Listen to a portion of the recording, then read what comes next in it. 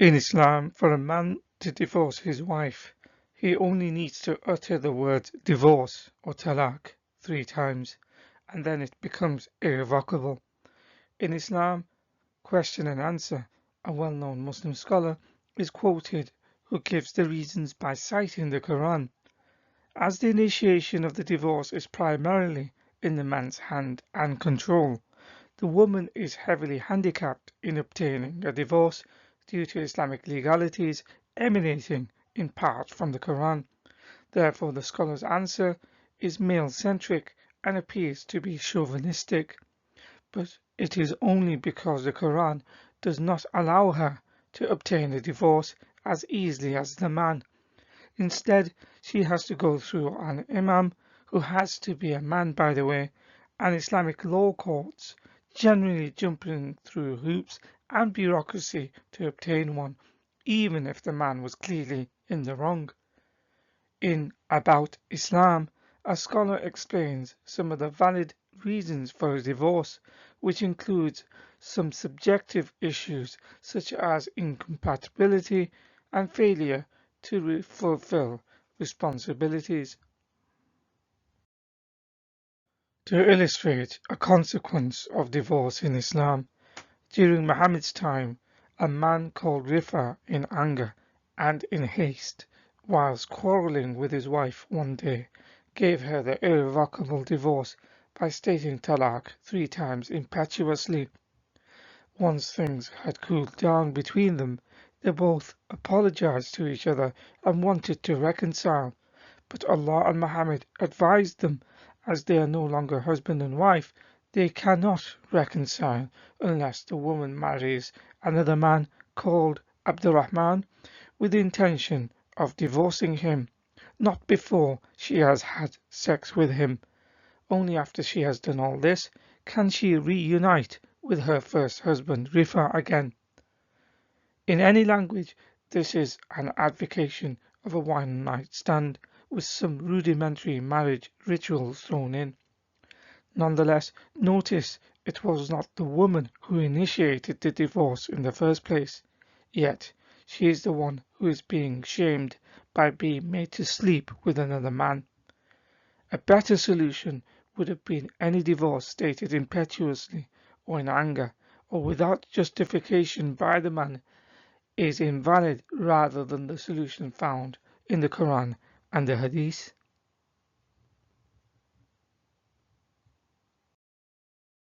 In a reputable Islamic source called Hadith Portal, which self-proclaims to be the largest portal for Hadith explanations and commentaries, contributed by Al-Azhar scholar of Hadith Dr. Mazin al-Sasawi, amongst other prominent scholars, says about Quran chapter 2 verses 229 to 230 and the aforementioned Hadith, quote, Allah has made divorce permissible when it is impossible to continue living together, to eliminate harm and damage, and to resolve the marriage contract if the marriage does not achieve its goals.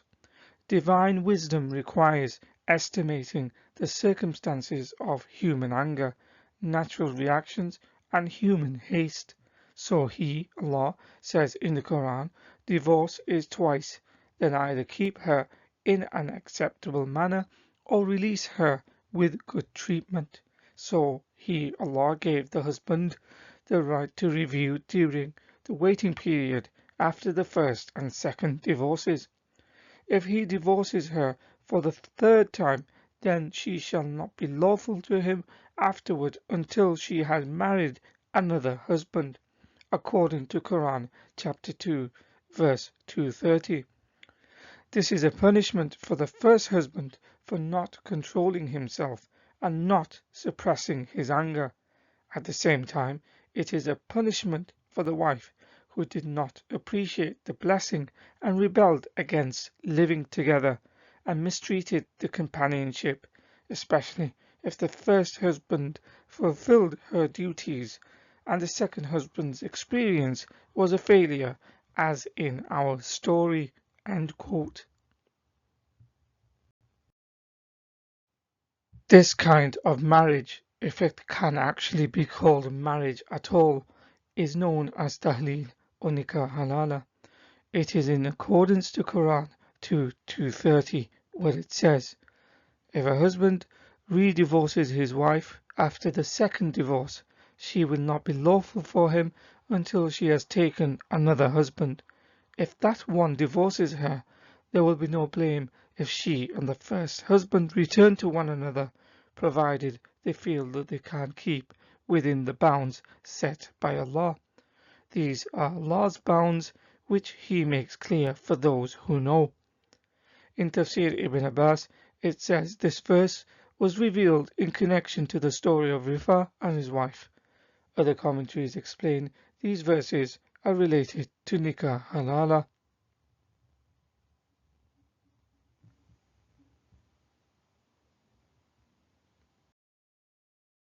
Not only is the woman to have sexual intercourse with this other man, the nature of it is described in Sunan Abu Dawud 2309, when Muhammad says she has to taste his honey and he has to taste her honey.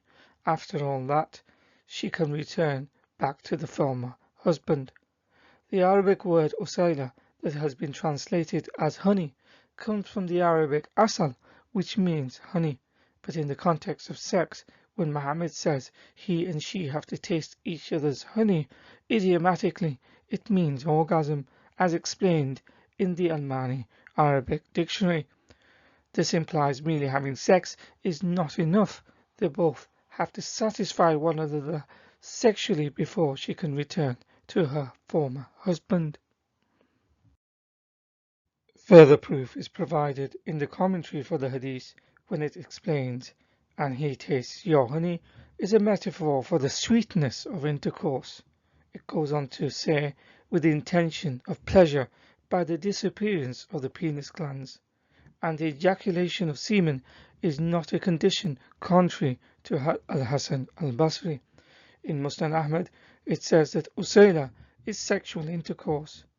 At-Tayyibi said he likened the pleasure of sexual intercourse to the taste of honey, and so it goes on.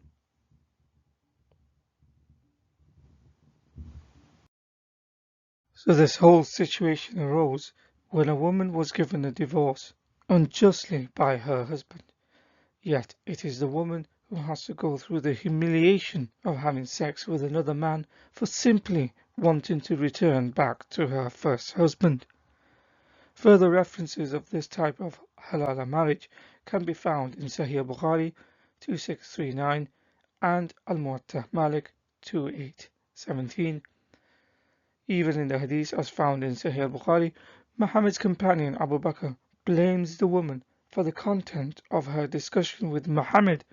At no point does he or any of his companions express sympathy for the woman or blame Muhammad for asking her to have sex with another man just for wanting to reconcile with her first husband.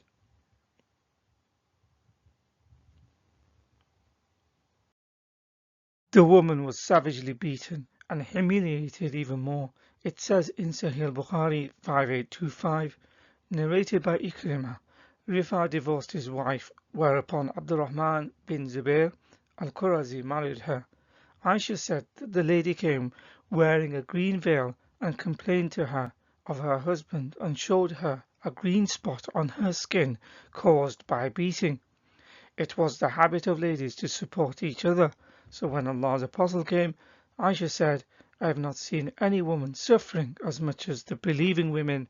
Look, her skin is greener than her clothes. When Abdurrahman heard that his wife had gone to the Prophet, he came with his 2 sons from another wife. She said, "By Allah, I have done no wrong to him, but he is impotent, and is as useless to me as this," holding and showing the fringe of her garment. Abdurrahman said, "By Allah, O Allah's Apostle, she has told a lie. I am very strong and can satisfy her, but she is disobedient and wants to go back to Rifah." Allah's Apostle said to her, "If that is your intention, then know that it is unlawful for you to remarry Rifah unless Abdurrahman has had sexual intercourse with you." Then the Prophet saw 2 boys with Abdurrahman and asked him, "Are these your sons?" On that Abdurrahman said, "Yes." The Prophet said, "You claim what you claim, i.e. that he is impotent, but by Allah, these boys resemble him as a crow resembles a crow." In the context of this incident, after Rifah's wife married this other man, she was given a cheap dowry, a measly garment fringe, which she evidently was not happy with. Nevertheless, she now became the wife of an impotent but violent old man called Abdurrahman. She felt it unjust and wrong to have sex with another man just to get back with Rifah, so probably refused to have sex with him, claiming he was impotent. Whether this was true or not, he beat her savagely till her skin was greener than her clothes. Wife beating is justified according to Quran verse 434. But it is Muhammad's behavior which is far more telling. Instead of commending her for refusing to have sex with this man, or praising her determination in wanting to reconcile with her husband, or how cheaply she was given away in marriage solely soon to be divorced again and reunited with her first husband, or say anything about how severely she was beaten, for which even Aisha and Muslim women were being treated worse than non-Muslim women. Muhammad sides with Abdurrahman and says she needs to have sex with him, and on top of all this, accuses her of lying. In the aforementioned hadith, Muhammad conflates impotency with infertility. These 2 things are not the same thing. For example, when he asks Abdurrahman, "Are these your sons?" Abdurrahman said yes. Then Muhammad said to Rifah's wife, "You claim what you claim, i.e. that he is impotent, but by Allah, these boys resemble him as a crow resembles a crow." So he implies she is lying that he is impotent as he has 2 sons. Medical articles explain the difference between infertility and impotency. Muhammad should have known this if he was inspired by God to be a prophet. In the health site website, it says most people get confused between these 2 terms. It seems Muhammad did too. As this is an Islamic teaching, there are Muslim scholars who, for a fee, act as halal husbands. It says in India Today, dated August 16, 2017, titled "Exposed How Mulvis," this is an Indian subcontinent expression for Muslim scholars, take money for one-night stand with divorced women trying to save marriage. Going on to say, India Today's investigative team has exposed the dark side of Nikah Halalah and found out how religious scholars are charging money for one-night stands with divorced Muslim women, and it goes on. Due to the injustice towards women and their exploitation by men, in March 2018, the Supreme Court of India issued a notice to the Indian government on trying to ban Nikah Halalah.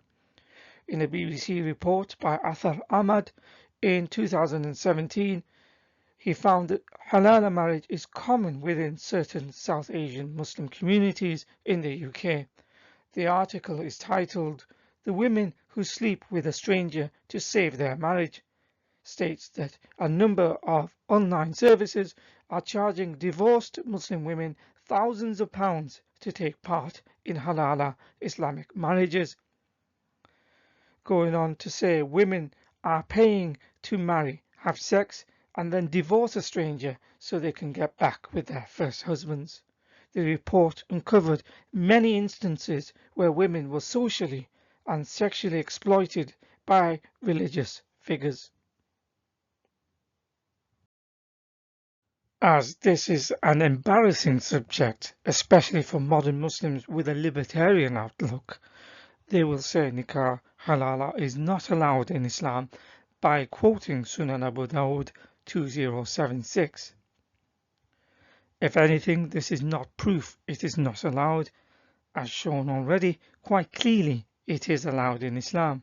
If anything, it is proof of the contradictions in Islam, as it contradicts Quran 2:230, which is a higher source, and Sahih al-Bukhari, another higher source, and other sources still, such as Muwatta Malik, a book that is considered by Imam Shafi as the most authentic book after the Quran.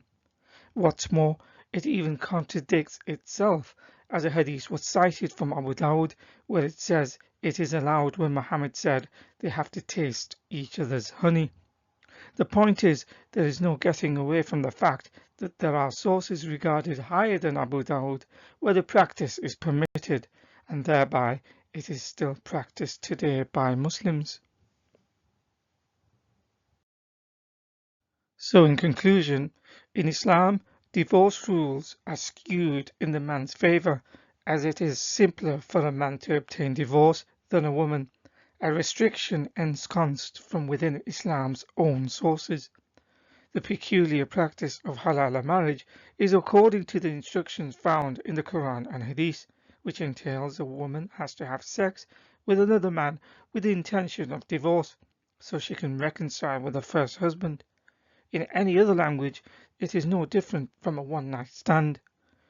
During the time of Muhammad, a woman was unfairly divorced by her husband. She had to marry and have sex with another man just to get back with the first husband. She eschewed from having sex with him, so he savagely beat her up. She approached Aisha for help, who claimed Muslim women suffered more than any other women. Aisha turned to Muhammad to mediate. Instead of helping the woman, Muhammad ordered her to return to the man and submit to his sexual desires. Muhammad did not say a word against the man for beating her to the point that her skin became greener than her clothes. He also accuses her of lying. Her feelings and opinions did not matter to Muhammad. Her own body had to be used for a matter at which she was not at fault with.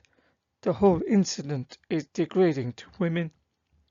There are cases of modern-day Muslims who call themselves scholars no less, acting as halal husbands for a fee, whose only job is to have sex with a divorced woman so that she can return to her first husband.